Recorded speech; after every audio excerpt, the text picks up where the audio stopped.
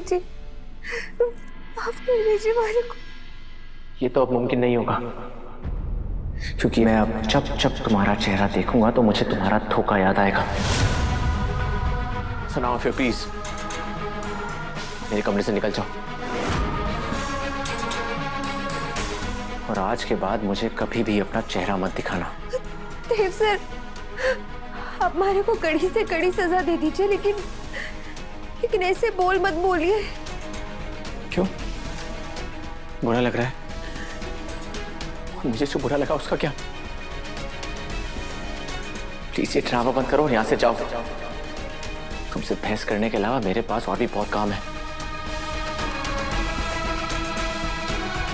देव sir, क्या ये आपका आखिरी फैसला है?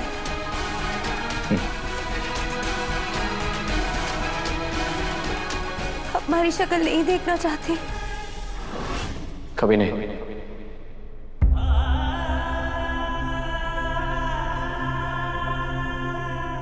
ठीक है, आपका हुक्म सर आंखों पर। फिर हमारा यहाँ रहने का क्या मतलब? मैं यहाँ से हमेशा हमेशा के लिए जा रही हूँ। जो करना है करो।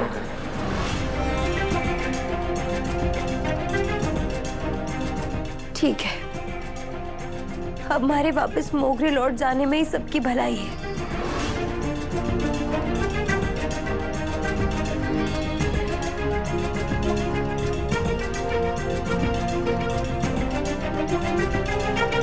देव सर, हर बार जब भी मैं यूं घर छोड़कर गई हूं, आप हर बार हमारे को घर वापस लेकर आए हैं, लेकिन इस बार आप बार बार आवाज भी देंगे ना, तब भी मैं ना मिलूंगी।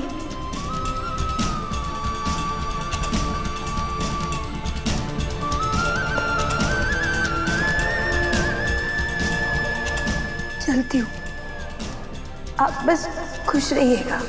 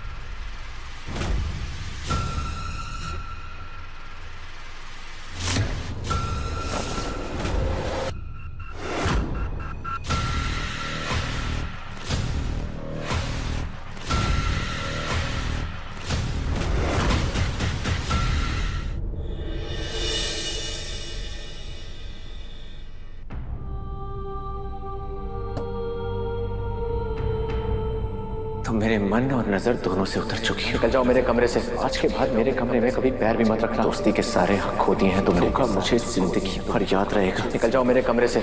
आज के बाद मेरे कमरे में कभी पैर भी मत रखना।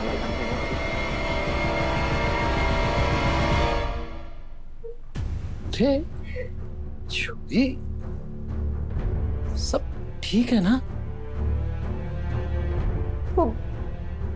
बाबू साहब, वो अरे को गांव की बहुत याद आ रही है। गांव के घर की मरम्मत का काम भी बीच में ही रुका है, तो मैं सोच रही थी कि कुछ दिनों की छुट्टी लेके मैं वो सारा काम पूरा करवाऊं। सच में? थारे को गांव जाना है?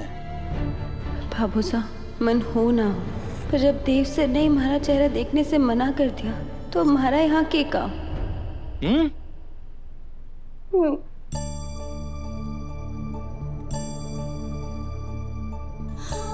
मैंने तो सोचा था कि अब की थारा ब्याह करके ही थारे को गांव भेजूंगा, ताकि कंवर सास सीधे तुझे सासरे ले जाए। पर हम गरीबों ने तो अपने सपनों को भी कतार में लगाना पड़े है। बाबू साहब, बाबू साहब, आप ही तो कहते हैं कि समय से पहले और किस्मत से ज्यादा। कभी किसी ने कुछ ना मिले। हमारे पास जितना भी है वो काफी से भी ज्यादा है।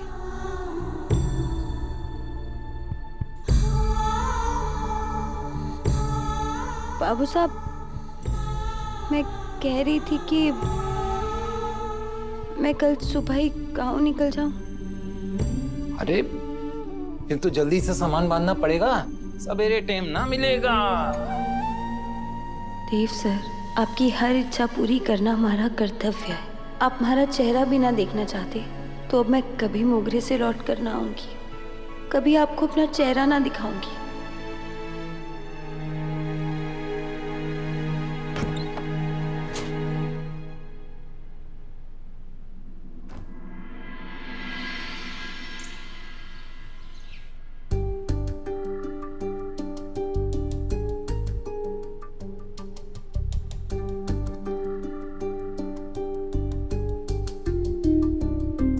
भी सामान अपनी जगह पर क्यों नहीं है? मेरा रुमाल और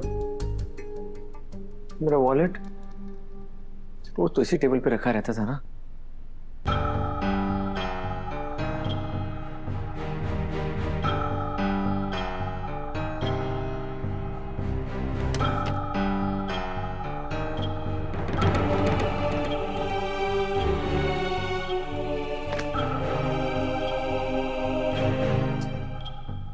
शूज के सॉक्स कहाँ हैं?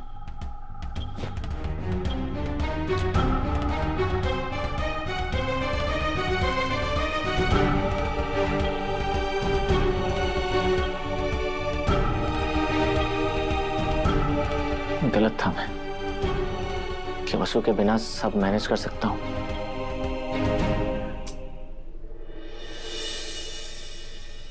बढ़िया खाना था, मजा आ गया।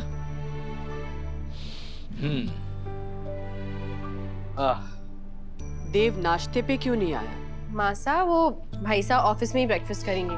सावित्री बुआ ने उनका नाश्ता पैक भी करवा के गाड़ी में रखवा दिया। अच्छा, बढ़िया। बड़े हुकुम, आप अपनी दवाई लेना भूल गए ना? वसु, जब तुम हो यहाँ पर हमारा ख्याल रखने के लिए तो मुझे परेशान होने की क्या जरूरत है ना? दिव्या मैडम, मैं आपको बड़े हुकुम की सारी दवाइयों के बारे में समझा देती हूँ। एक मिनट, समझा देती हूँ मतलब? मैं कुछ समझा नहीं। तुम कहीं जा रही हो क्या वसुधा? वो मैं गांव जाने का सोच रही हूँ देवी हुकुम। गांव के घर की मरम्मत का काम अधूरा ही पड़ा है, उसे पूरा करवाना है, इसलिए मैं गांव जाऊं देवी हुकुम। हाँ, हो आओ, लेकिन थोड़े दिनों के लिए क्यों? भारी बला से तो तुम वापस आओ ही मत, फिर मैं अपने गांव से किसी और ने बुला लूंगी।